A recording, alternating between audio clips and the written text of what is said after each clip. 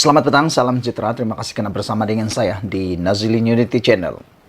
Saudara-saudara sekalian, saya tak berapa pasti adakah ini ialah berita baik ataupun berita buruk untuk Perikatan Nasional, khususnya Parti Bersatu. Yang diharapkan hujan, rupa-rupanya panas sampai ke petang. Itu yang dikatakan oleh beberapa orang rakan penganalisis politik dan juga pemerhati politik.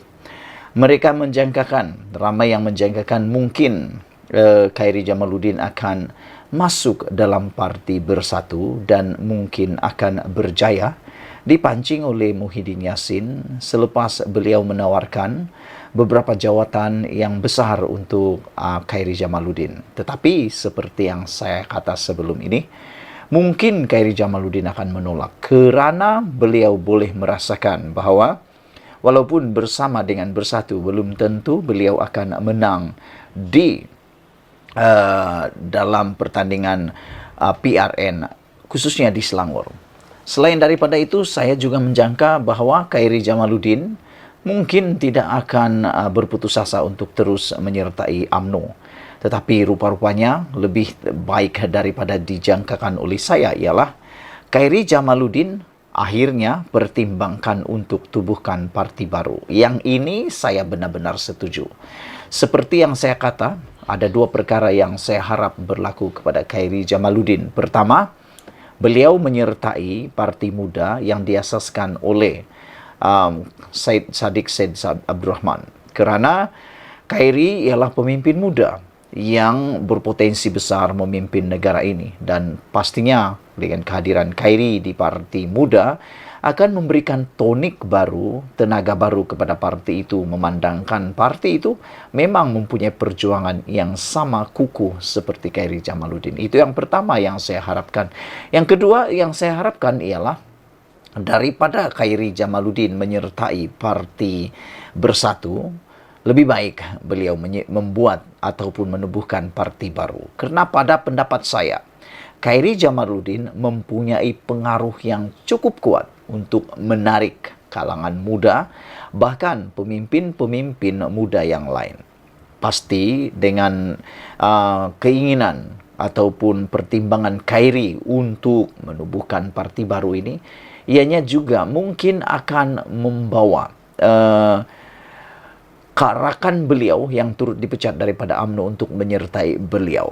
Jadi saya rasa Sahrir Hamdan juga mungkin akan menyertai Khairi kalau menyertai parti baru tersebut. Namun demikian, seperti di awal ulasan saya tadi, mungkin tindakan Khairi Jamaluddin mahu pertimbang menubuhkan parti baru berbanding menyertai parti Bersatu, memberikan pukulan baru KO kepada parti Bersatu yang mungkin akan membuatkan Muhyiddin Yassin serta Perikatan Nasional mungkin sedang berfikir apalagi cara untuk memikat Khairi Jamaluddin ini dan membawa berita buruk dan malang duka cita untuk mereka. Bekas pemimpin UMNO yaitu Khairi Jamaluddin kini mempertimbangkan untuk menubuhkan parti politik baru. Khairi yang dipecat daripada UMNO pada penghujung Januari berkata, dia pada mulanya tidak berminat untuk menubuhkan satu lagi parti politik, tetapi mula berfikir sebaliknya baru-baru ini. Come on Khairi, kami menyokong, saya secara pribadi, saya menyokong tindakan Khairi untuk menubuhkan parti baru. Lebih baik dia tubuhkan parti baru yang benar-benar fresh, tidak mempunyai apa-apa masalah, tidak mempunyai apa-apa rekod yang buruk, yang lebih baik.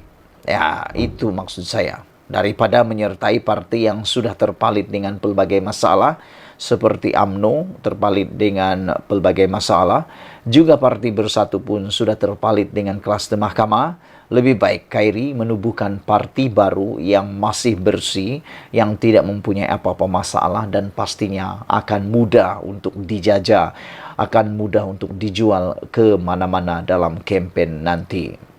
Sejak beberapa minggu ini, kata Khairi, dia sedang melihat kepada pilihan tersebut.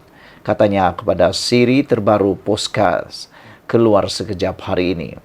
Saya lihat jika kita dapat permulaan kedua dalam politik, Kenapa tidak permulaan itu on our own term mengikut syarat kita sendiri, tambah beliau lagi. Karena saya fikir kalau Khairi menyertai mana-mana parti politik yang baru ataupun parti politik yang sedia ada, pastilah beliau akan diberikan syarat sebelum menyertai parti itu. Jadi mungkin ini akan dapat merencat. Ini akan merencat masa depan pergerakan parti ataupun politik masa depan Khairi.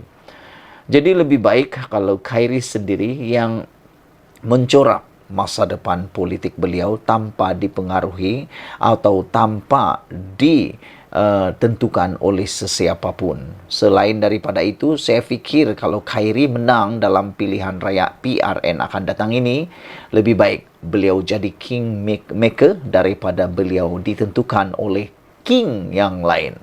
Macam itulah. Jadi kita harap Khairi dapat mencari cara baru untuk beliau mengembangkan semula masa depan politik beliau. Kenyataan Khairi dibuat di tengah-tengah spekulasi berterusan sama ada bekas Menteri Kesehatan itu akan menyertai salah satu parti politik utama yang ada sekarang. Satu pihak yang secara terbuka cuba menarik penyertaannya ialah Bersatu. Khairi mendakwa parti lain juga telah menghubunginya. Mengulas lanjut, Khairi berkata bahawa menyertai parti baru memerlukannya menyesuaikan diri dengan cara parti itu melakukan sesuatu yang mungkin tidak sejajar dengan beliau, kata Khairi. Betul lah tu. Perjuangan Khairi mungkin akan terencat, mungkin akan disekat, mungkin akan terhad oleh parti politik yang baru kalau beliau menyertai parti politik tersebut. Sebaliknya, kalau Khairi menubuhkan parti baru sendiri, pasti ianya tidak akan merencatkan perjuangan asal beliau dan apa yang dihendaki oleh Khairi Jamaluddin. Apa yang dia buat, dia bebas melakukannya. Khairi berkata dia terpaksa membuat pelarasan serupa apabila menyertai UMNO. Bagaimanapun Khairi bersikap realistik tentang cabaran yang mungkin berlaku jika mahu menubuhkan partinya sendiri. Jika anda menubuhkan parti politik, anda boleh mengikut cara pejuang.